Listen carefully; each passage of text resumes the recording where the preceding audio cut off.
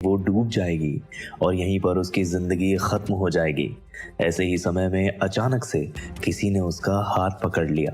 उसके बाद किसी ने काफी ताकत से उसे खींचना शुरू कर दिया और जल्दी उसके कानों में किसी की आवाज आई, मेरा हाथ कसकर पकड़ लो आशी, और बिल्कुल भी मत डरो, मैं तुम्हें बचा लूंगा।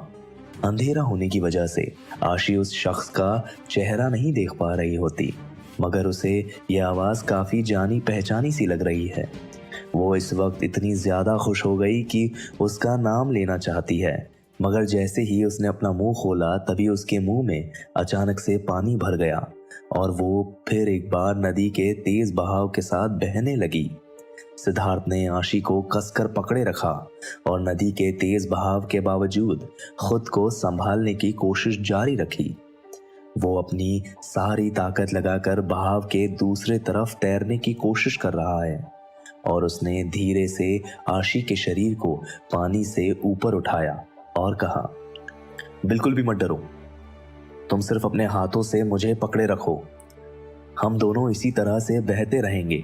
जल्द ही एक किनारा आने वाला है और हम तब अपनी सारी कोशिश करके उस किनारे पर रुक जाएंगे। आशी ने भी सिद्धार्थ की बात मान ली। सिद्धार्थ की मदद के बाद अब वो वापस ऊपर उठने की कोशिश नहीं कर रही। उसने अपने दोनों हाथों से सिद्धार्थ के शरीर को मजबूती से पकड़ लिया ताकि सिद्धार्थ के हाथ पैर फ्री हो सके, जिससे कि वो पानी के अंदर अपना बैलेंस ठीक से बना सके ताकि दोनों उस नदी में डूब न जाएं। उस वक्त सिद्धार्थ को देखकर ऐसा लग रहा है जैसे वो किसी लकड़ी का टुकड़ा बन गया हो जो डूब ही नहीं रहा है। आशी सिद्धार्थ के बेहद करीब है और उसने अपना सिर उसके सीने पर रख लिया है। वो इस वक्त सिद्धार्थ की तेज चल रही धड़कनों को भी सुन पा रही है। नदी का बहाव अभी भी काफी तेज है, मगर अब आशी पूरी तरह से शांत हो चुकी है। उसे अब बिल्कुल भी डर नहीं लग रहा है। उसके गीले बाल सिद्धार्थ के चेहरे पर लगे और उसे एक भीनी भीनी फूलों की खुशबू आने लगी, जिसकी वजह से वो पहले से भी कहीं ज्यादा ताकतवर महसूस करने लगा। काफी देर के बाद बारिश अपने आप रुक गई और नदी का बहाव धीरे धीरे सामान्य होता चला गया। वो देखो, वो रहा किनारा। तभी अचानक से आशी के कानों में सिद्धार्थ की एक्साइटेड आवाज आई और उसने तुरंत अपना चेहरा घुमाकर उसकी तरफ देखा जहां सिद्धार्थ इस वक्त देख रहा है। वहां उन्हें सच में एक किनारा दिखाई दे रहा है जो बेहद करीब है। ये देखते ही आशी की आंखों में आंसू आ गए। जब सिद्धार्थ ने वो किनारा देखा तो उसने अपनी सारी ताकत लगाकर अपने एक हाथ से आशी को मजबूती से पकड़ा और दूसरे हाथ से तैरते हुए किनारे की तरफ जाने लगा। जब वो दोनों आखिरकार उस किनारे तक पहुंचे तब तक सिद्धार्थ की सांसें काफी तेज चलने लगी। वहीं दूसरी तरफ आशी इतना ज्यादा डर गई है कि वो किनारे पर पहुंचते ही नीचे जमीन पर धड़ाम से गिर पड़ी। डर की वजह से उसे ऐसा लग रहा था मानो जैसे उसके शरीर में बिल्कुल भी जान न बची हो। उसके अंदर इतनी हिम्मत भी नहीं है कि वो अपना चेहरा घुमाकर दूसरी तरफ देख सके। क्या तुम चल सकती हो? सिद्धार्थ ने आशी से पूछा। वो देखना चाहता है कि क्या आशी की हालत पहले से थोड़ी बेहतर हुई है या फिर नहीं। लेकिन आशी ने तुरंत अपना सर ना में हिलाकर मना कर दिया। अब भी वो इतना ज्यादा डरी हुई है कि वो ठीक से अपने शरीर को हिला तक नहीं पा रही है। सिद्धार्थ पहले थोड़ा झिझका, मगर उसके बाद उसने हिम्मत करके आशी की कमजोर पड़ चुके शरीर को कसकर अपनी बाहों में भर लिया और उसे किनारे से थोड़ा दूर ले आया। वो जैसे ही आशी को नीचे लिटाने वाला था कि तभी उसने नोटिस किया कि आशी का पूरा शरीर थर थर कांप रहा है। मुझे बहुत ठंड लग रही है, आशी ने कांपती सी आवाज में काफी मुश्किल से कहा। इस बार सिद्धार्थ ने उसे और कसकर अपनी बाहों में जकड़ लिया। वहीं आशी को इस वक्त काफी शर्म सी आ रही है, मगर अभी ठंड के आगे उसे कुछ और सूझ भी नहीं रहा। उसे थोड़ा बेहतर तभी महसूस होगा जब तक वो सिद्धार्थ के नजदीक रहेगी। अब तक आशी का सुंदर चेहरा शर्म और ठंड की वजह से लाल पड़ चुका है और उसके अंदर का डर भी पूरी तरह से गायब हो गया है। धीरे धीरे मौसम पूरी तरह ठीक हो गया और आसमान में तारे भी दिखाई देने लगे। सिद्धार्थ की बाहों में इस तरह से काफी देर से रहने की वजह से आशी को काफी शर्म आ रही है। इसलिए उसने धीरे से कहा, सिद्धार्थ, अब तो मुझे छोड़ सकते हो। ओह, ठीक है ठीक है। सिद्धार्थ ने ना चाहते हुए भी आशी को धीरे से अपनी बाहों की पकड़ से आजाद कर दिया। आशी के शरीर की भीनी भीनी खुशबू वो अब भी अपने अंदर महसूस कर पा रहा है और उसे खुद से अलग करते ही सिद्धार्थ को ऐसा लगा जैसे उसने कुछ खो दिया हो। उसी वक्त सिद्धार्थ ने अपनी जेब से एक लाइटर निकाला, मगर उसे ये नहीं पता था कि इतनी देर तक पानी में रहने के बाद भी वो लाइटर जल पाएगा या नहीं। उसके बाद सिद्धार्थ यहाँ वहाँ से कुछ लकड़ियाँ ढूंढने लगा।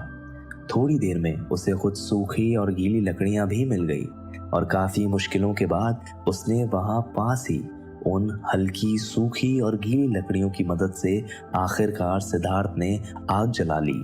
सिद्धार्थ ने अपनी शर्ट को उतारते हुए आशी से कहा, लो अपने कपड़े बदल लो। इतना कहकर सिद्धार्थ ने जैसे ही आशी के चेहरे की तरफ देखा तभी उसे एहसास हुआ कि शायद उसने कुछ गलत बोल दिया है। आशी का चेहरा अब तक शर्म से और ज्यादा लाल पड़ चुका है। आखिर एक लड़के के साथ इस तरह की जगह पर अकेले वो कंफर्टेबल कैसे हो सकती है। वहीं सिद्धार्थ को भी काफी शर्म आ रही होती है और उसने तुरंत माफी मांगते हुए कहा, आई एम सॉरी, मुझे ऐसे नहीं कहना चाहिए था। मैंने ऐसा बस इसलिए कहा था कि तुम्हें कहीं ठंड न लग जाए। आशी ने धीरे से सिद्धार्थ की तरफ देखा, जो अब अपना सिर झुकाए बैठा है।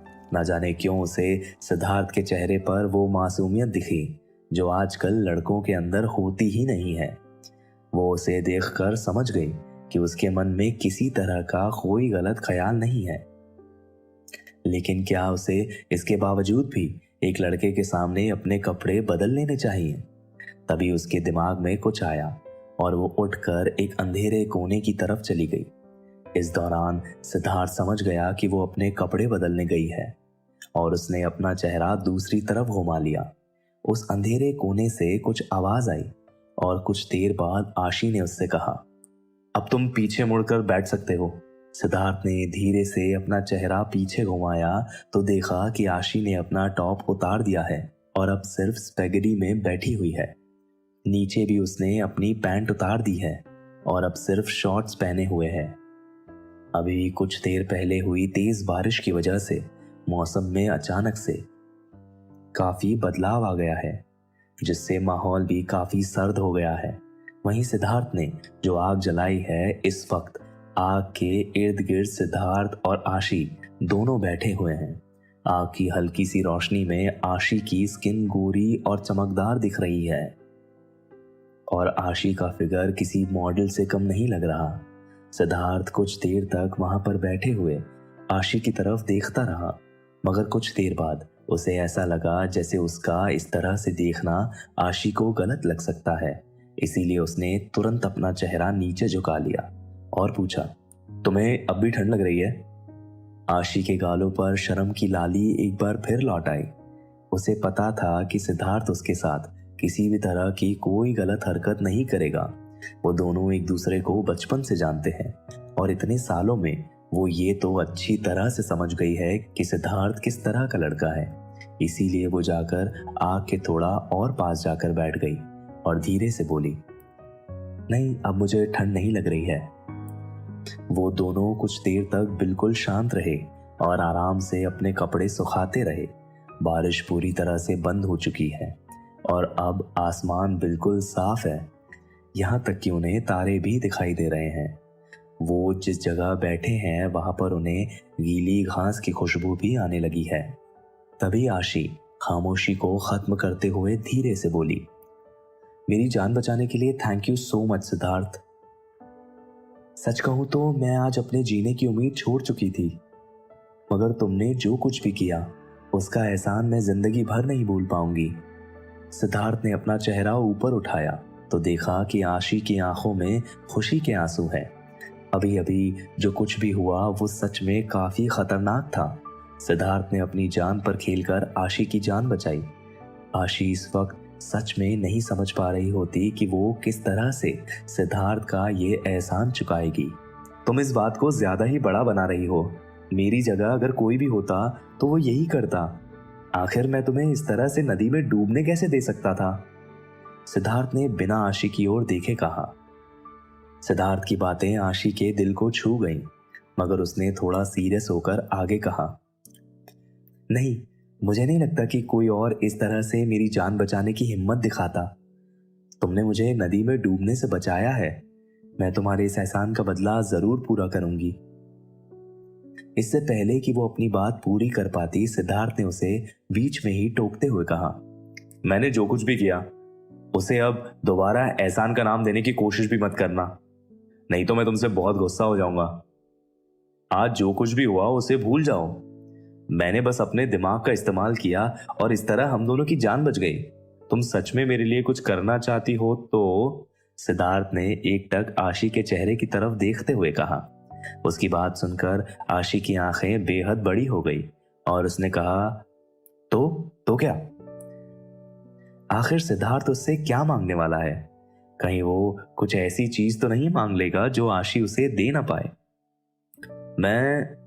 सिद्धार्थ ने कुछ सोचते हुए जवाब दिया, तुम चाहो तो मुझे किसी अच्छी सी जगह डिनर के लिए ले जा सकती हो। ऐसा करके समझना कि तुमने अपना एहसान चुका दिया। ऐसा कहते हुए सिद्धार्थ के चेहरे पर एक मासूम सी मुस्कान नजर आने लगी, जिसे देखकर आशी थोड़ी कंफ्यूज हो गई।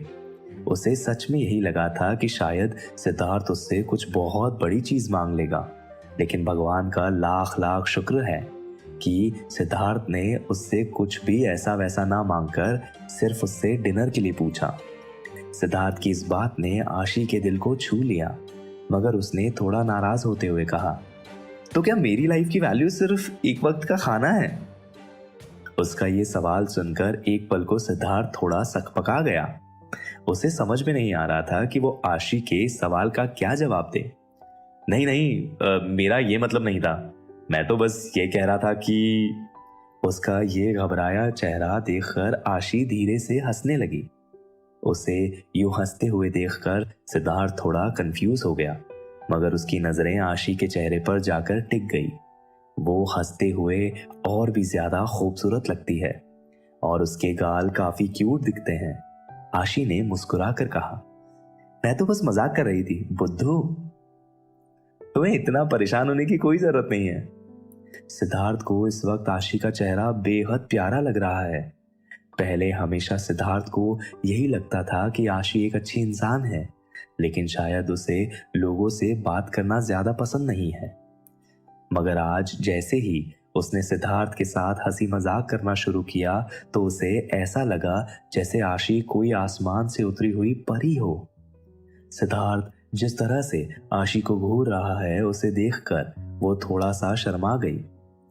उसने अपना सर नीचे झुकाया और धीरे से कहा, चाहे कुछ भी हो, मगर तुमने मेरी जान तो बचाई है, उसके लिए थैंक यू सो मच।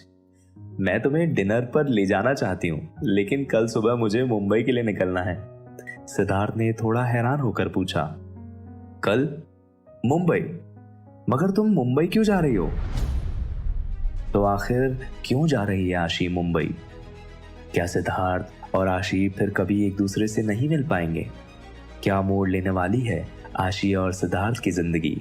जानने के लिए सुनते रहिए तू मेरा हीरो नंबर